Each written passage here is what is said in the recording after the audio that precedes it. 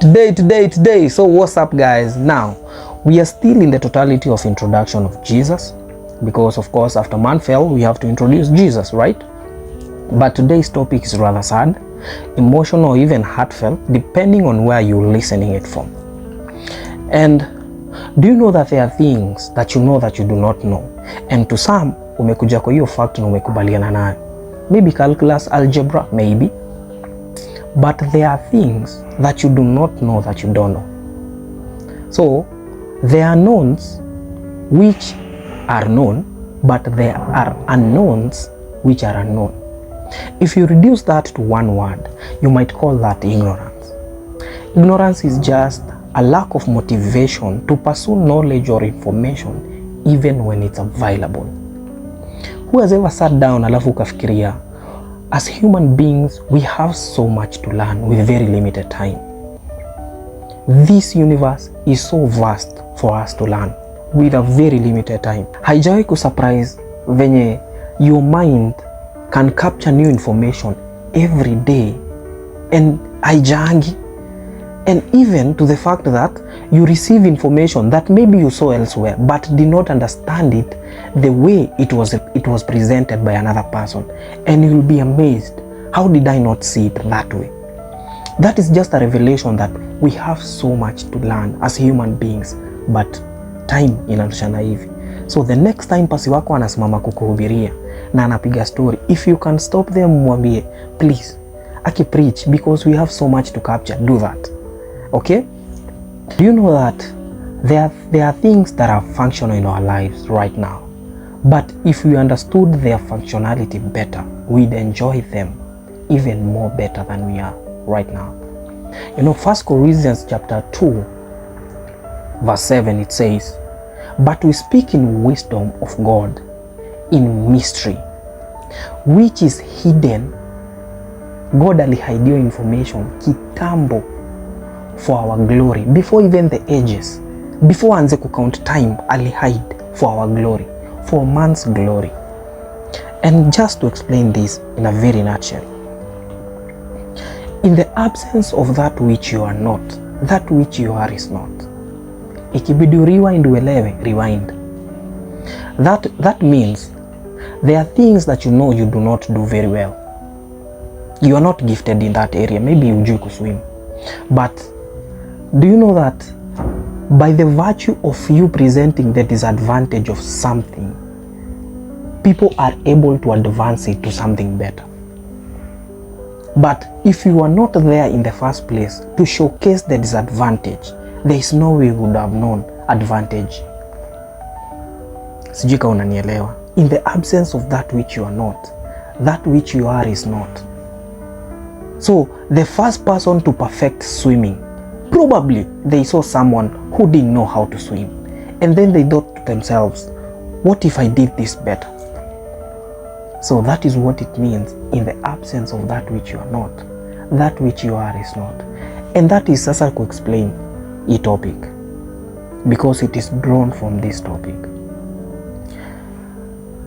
Adam, where are you? Where art thou, Adam? And you know, after this was the first question God asked, but not the last, and not the last to people. Moses akoko wilderness and then sees a consuming fire, anakaribia, and then God anamwambia, remove your shoes because this is a holy place. That is in a nutshell God saying, where are you? Joseph is dreaming the first one, dreams the second dream, and it's like God asking him, where are you in this equation? I formed you before, I knew you before I formed thee. He's telling that to Jeremiah. It's like telling Jeremiah, umezunguka sana, where are you? Paul is there persecuting God's people, alafu God anamkuta anamfanya blind, and that is to tell him, where are you? What are you even doing? And in as much as there is too much similarity with all those, ni venye siwezi taja wote, this one of Adam, Adam, I tend to believe for the very first time man surprised God. For the very first time Mungu alikuja alafu alikuwa zile za, oh, in as much as I'm disappointed, I'm really surprised at this. I don't think he has ever been surprised again, but that one really surprised him. And you know, I have taught before that God promised us death if we eat that fruit, and the death that he promised tukasema itakuwa ya spirit, which is very true. But then again, far from the spirit that died, there is also some juice that we lost. God aulizi hii swali for the sake of it, and he doesn't ask because he knows where Adam is. Of course he knows, he anajua kwenye Adam yuko, but ndio aulize there is something missing. And I don't think per se ilikuwa the spirit alone, and that is sourced from, you know, unajua tunasomaga kavasi tunakavuka mbio, ajai kaa chini tukafikiria kavasi kama nini. Romans chapter 3 verse 23, it says that all have sinned and fallen short of the glory. Glory is the juice behind a man's spirit.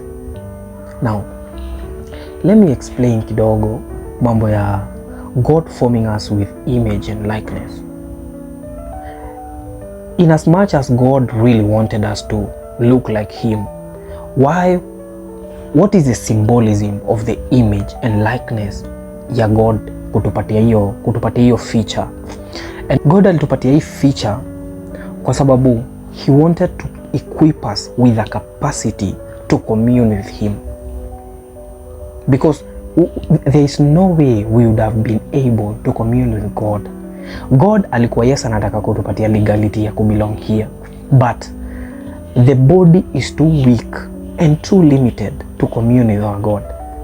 A soul is also too limited to commune with our God. A spirit also is very limited to commune with our God. I mean, demons are spirits, right? Are they not? They are. So in addition to the spirit, what is that one thing yenye God alikuwa ametupatia? Na hiyo ndio alikuja anauliza Adam, kwani uko? Now, we have read the Bible time and again, and one thing is very factual. The glory of God precedes him. Alikuwa anatembea na Israelites as a pillar of fire and a pillar of cloud. The glory of God has always preceded him. Right? Now, in our spirit, he had introduced glory. And the only way we would have contained that glory is by the virtue of looking exactly like him, bearing the image and the likeness. Likeness means character. Tukae kama yeye ndio tuweze kucontain, because as I've said earlier, our bodies are not able to serve God. Even now, not even then, even now, they are not able to serve God alone. Our soul is also very limited. Our spirit alone is also very limited until you introduce the juice of glory. Now, what does he really mean when he asks Adam, where art thou? Uko wapi? Now, in a nutshell, it is the glory that had preceded God. Inaenda inajaribu kutafuta hiyo glory ingine. There is a glory that we have been communing together. Where is that glory? I can't see it. And it's like God anauliza, hii glory manze nimetakaga I meet with this glory first before I even meet you as a person. But this time around, where is this kind of glory? Where has it gone? And inaweza kusurprise ati God anatafuta hiyo glory, yet akona glory yake. And just to break your bubble, venye Yesu alikaa, Jesus was so alicapitalize sana, aliprioritize sana ku-explain what marriage was, na akajaribu kuelezea kina disciples. Maka disciples ikafika mahali wakasema, we kama ndio marriage, wacha tu niachane nayo. But what Jesus was trying to explain it, marriage thing yenye munadhania ati ni ka system mulijiundia. Marriage did not even begin with Adam. Marriage began with God himself. Because in a marriage context, a husband is supposed to anafaa kujulia mke wake hali. Like, at the end of the day, I need to know, how was your day? umekuaje, is there something disturbing you, are you okay, uko sawa? But ebu imagine one day come home then upate wife ni msick. In the context of hiyo swali ya where are you, sasa kwetu na kumebadilika, iko are you okay, because I can see an image but the character I can't see it. And you know the context of marriage, I once read a book that said if marriage is optional then compatibility is a must. Do you know what that compatibility means? Hiyo compatibility inamaanisha nikipatana na msee mwenye hatu relate mentally vizuri, tutaishi huko sana. Nikipatana na msee mwenye mimi am very mature in thoughts, ama mimi niko very childish in thoughts, na wao wako very mature in their thoughts, tutaishige huko sana. We are not able to commune together because it is more than talking. It is more than talking. So unasikiaga kwa marriage mnakaga pamoja mpaka mnaanza kufanana. That's how deep marriage is.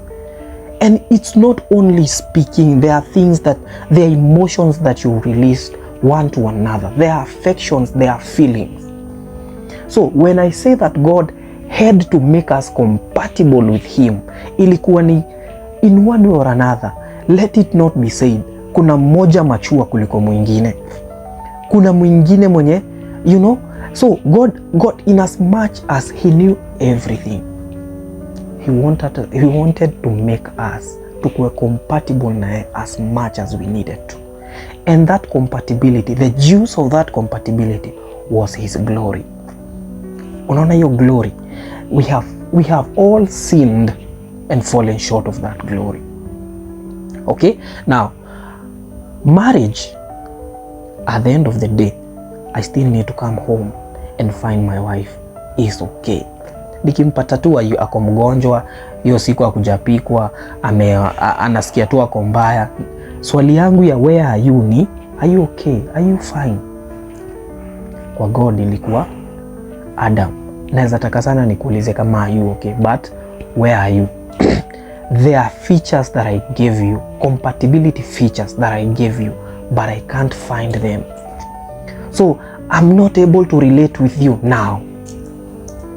Sasa umenikosea. So I seem like I'm so mature and you're so childish, so we have to begin afresh. And that is where the conversation of bringing Jesus on board begins. So tumekosea God, tumemnyang'anya compatibility features zenye tunafaa kuassociate na yeye. So hapo hivyo inakuwa saa Yesu tutafanya. Now what will we do? What do we do? Thing I want you to understand yet, the juice that we lost is the glory. And this question has not stopped. Even now, God bado anakuuliza, Brian, where are you? Kevin, where are you? I need you to gain the compatibility back, because I can't relate with you with the level that you are in. And you know, a spirit is not so forgiving. Spirit waga isamehe. Unajua the reason waga isamehe ni kwa sababu spirit haina feelings, spirit haina affections, spirit haijui kitu ingine, inajua sacrifice,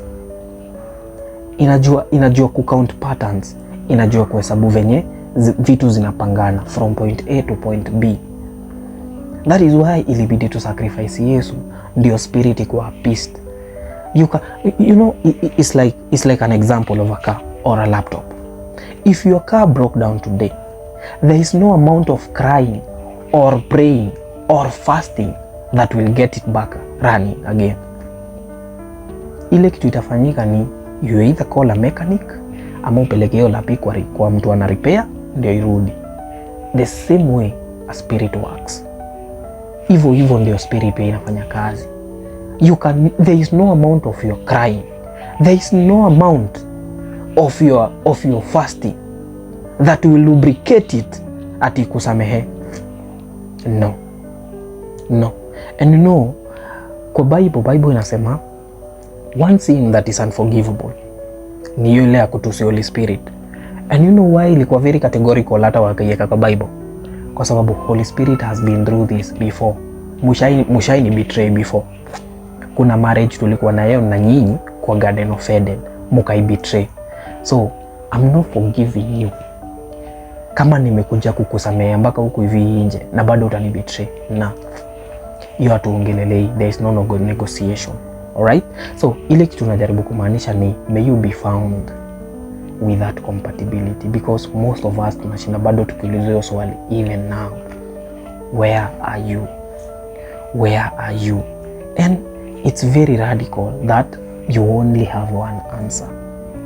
Here John 3:16, for God so loved the world that he gave his only begotten son. Wachana na hiyo part.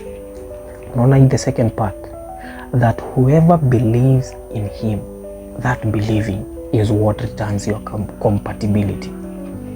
That alone is what returns your compatibility. And that said, let's meet on the next episode. Au revoir guys.